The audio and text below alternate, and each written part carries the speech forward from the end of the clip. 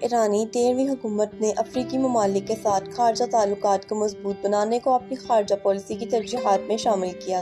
اس سلسلے میں صدر رئیسی نے اس بات پر زور دیا ہے کہ نئے دور میں افریقی ممالک کے ساتھ مختلف اقتصادی، تجارتی اور سیاسی شعبوں میں تعاون کی سطح کی جامع ترقی کو مزید سنجیدگی سے آگے بڑھایا جائے گا۔ 13ویں حکومت کے صدر افریقی ممالک کے مختلف حکام اور شخصیات کے ساتھ متعدد ملاقاتوں میں سیاسی، اقتصادی، تجارتی اور سیکورٹی تعلقات کو مضبوط بنانے پر زور دیا۔ صدر مملکت نے دونوں فریقین کے درمیان تعلقات کی موجودہ سطح کو قابل قبول نہیں سمجھا اور وزارت خارجہ سے مطالبہ کیا کہ وہ تمام صلاحیتوں کی شناخت اور ایران اور اس بر اعظم کے درمیان تعلقات کو بڑھانے کے لیے ایک اسپیشل میکانزم کا جائزہ اور ڈیزائن کرے۔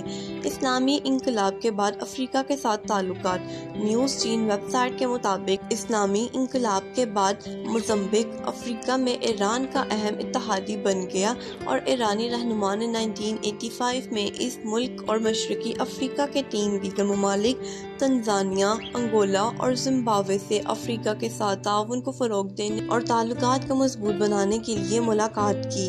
چینی ویب سائٹ نے مزید کہا کہ اگرچہ موزمبیق، ٹوگو اور گنی بساؤ کے ساتھ تعاون اور تجارت دیگر ممالک کے مقابلے میں کم نظر آتی ہے، لیکن تجارت شراکت داری کے طور پر ان کی تاریخ اور تصوراتی اہمیت ہے۔ علاقائی اور بین الاقوامی اداروں میں سفارتی تعلقات کی ترقی۔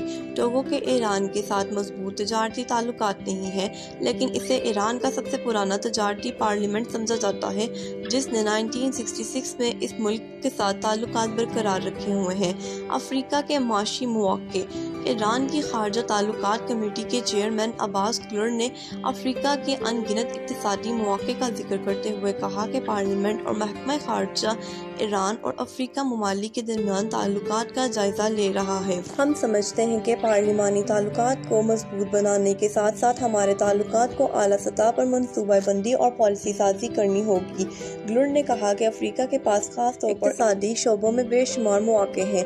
افریقہ کچھ شعبے جیسے لوہے اور باکسائٹ کی کان کنی، آٹومیٹیو انڈسٹری میں ہماری مارکیٹ کے طور پر یا زراعت میں آف شور کاشتکاری اور مویشیوں کی پیداوار کے ذریعے ہماری قوم کی ضروریات کو پورا کر سکتا ہے۔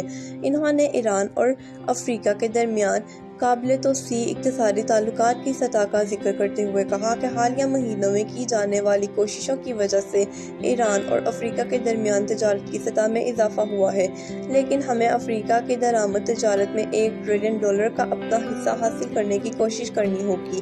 گلر نے کہا کہ پارلیمانی تعلقات کی مضبوطی ایران اور افریقی ممالک کے درمیان دیگر مسائل پر تعلقات کو فروغ دینے کے لیے ایک اچھا پلیٹ فارم ہو سکتا ہے۔ انہوں نے کہا کہ بنیادی طور پر ہمیں اندرون ملک پر نتیجہ اخذ کرنے کی ضرورت ہے کہ ہم افریقہ سے تعلقات کو کتنا تعاقب کرنا ہوگا۔